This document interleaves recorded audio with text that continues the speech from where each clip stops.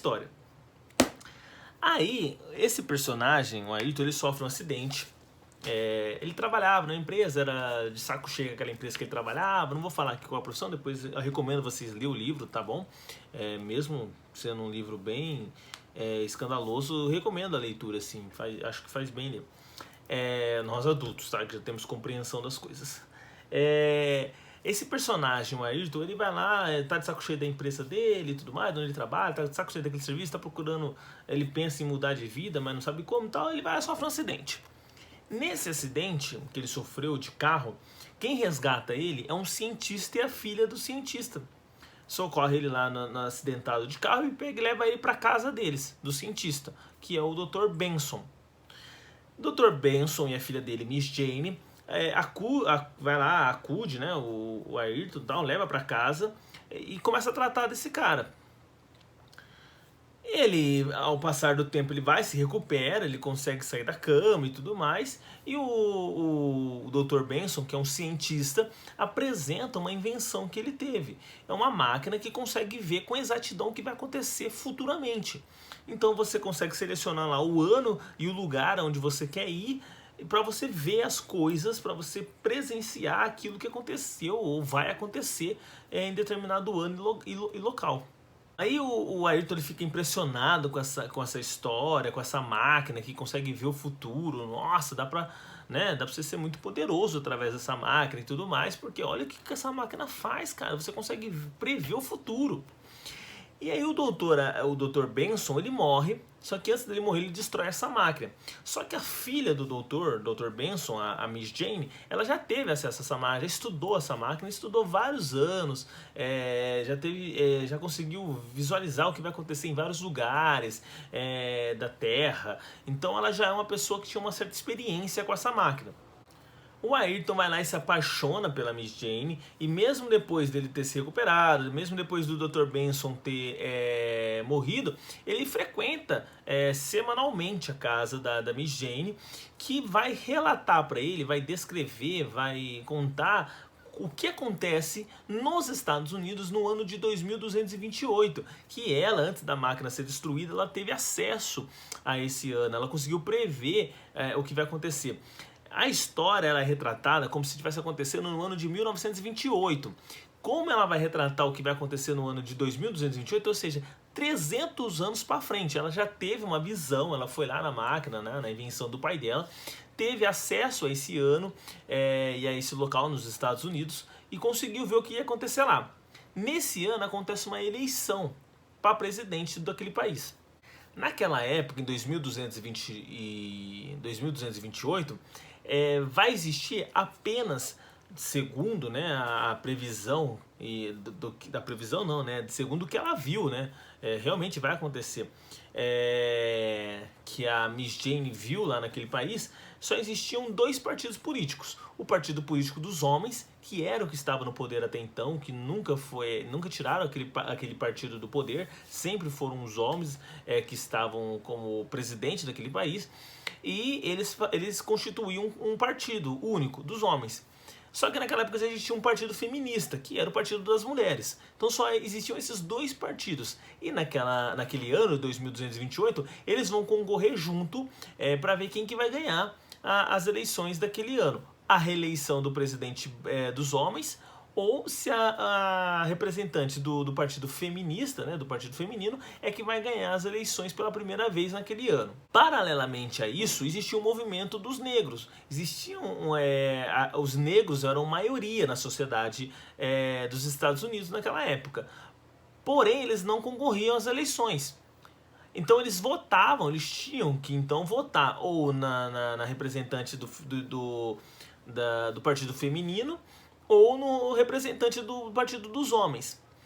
E era decisivo, aquele partido que conseguisse apoio do movimento negro, que tinha um representante, tinha um líder, que era o Roy, aquele partido que conseguisse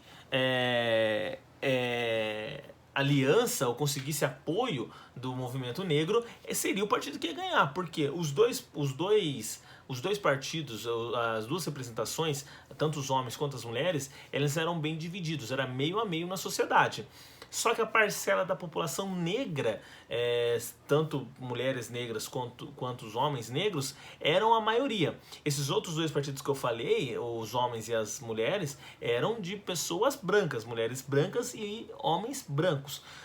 A maioria das pessoas eram negras, homens e mulheres negros.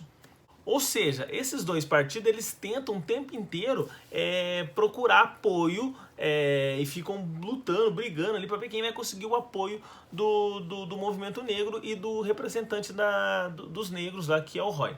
Enfim, aí faltando alguns minutos para as eleições, as pessoas elas voltam de casa, naquele ano as pessoas já estão voltando de casa.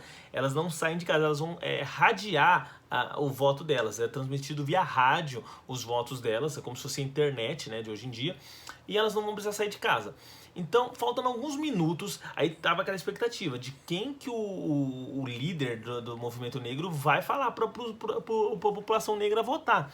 Eles estavam esperando que isso acontecesse. Porque quem o Roy falasse, é para votar no homem ou é para votar na mulher, a população negra inteira ia votar. E aí, com isso, ia fazer com que para quem eles apoiassem ganhasse as eleições. Então, eles seriam decisivos.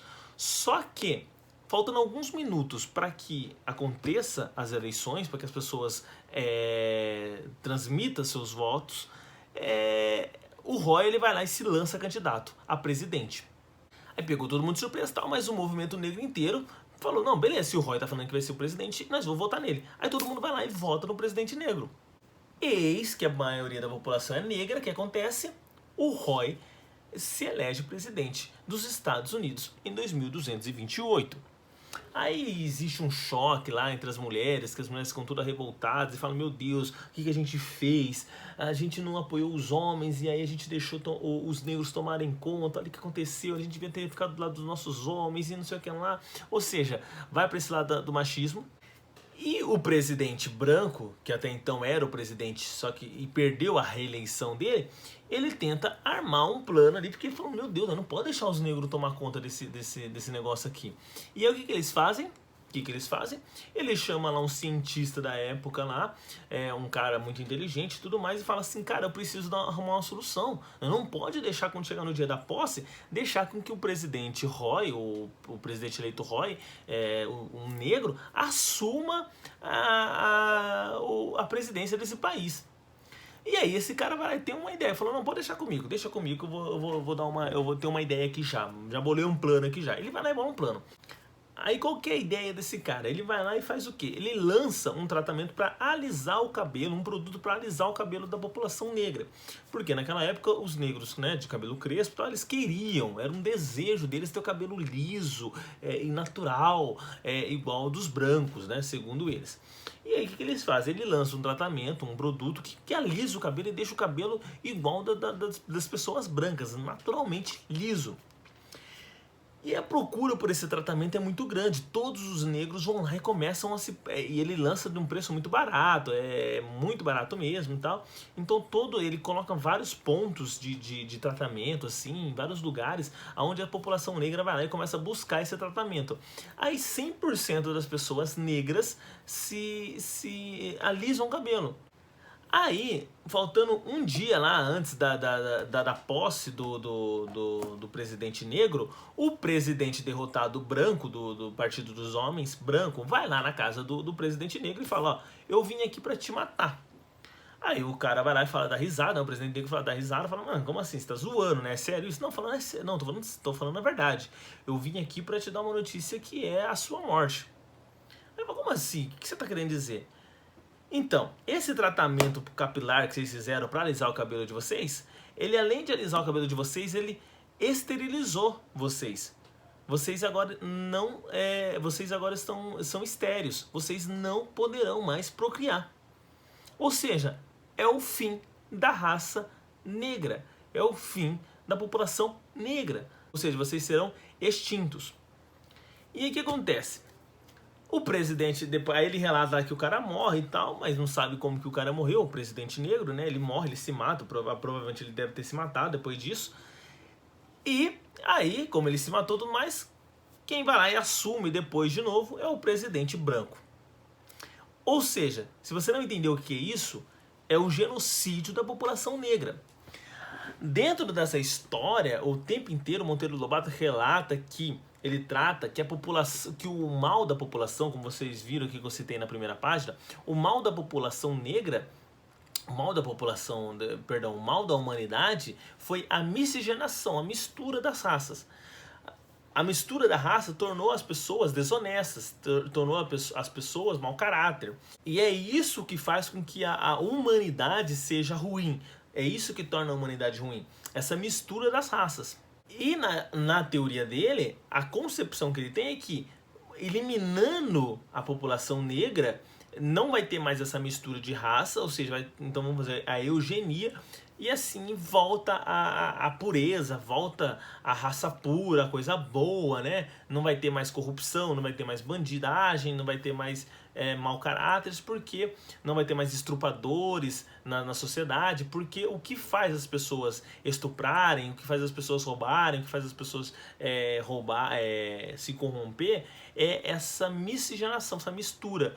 Ou seja, para poder defender a tese da eugenia. E aí no final do livro tal, é isso que acontece.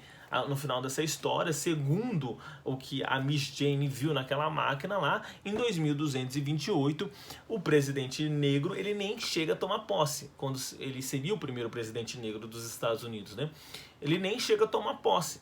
Antes dele tomar posse, o partido dos homens brancos lá, todos bolam um plano junto lá, se juntam, bolam um plano, e aí esse plano é a esterilização da população negra. Então todos eles agora são estéreis, não podem mais ter filhos, ou seja, eles vão ser extintos, e com isso acabou. Foi o genocídio da raça negra. Isso é Monteiro Lobato. Essas são as ideias que ele defendia. Se você acha que isso não é ser racista, não é ser... o cara é eugenista.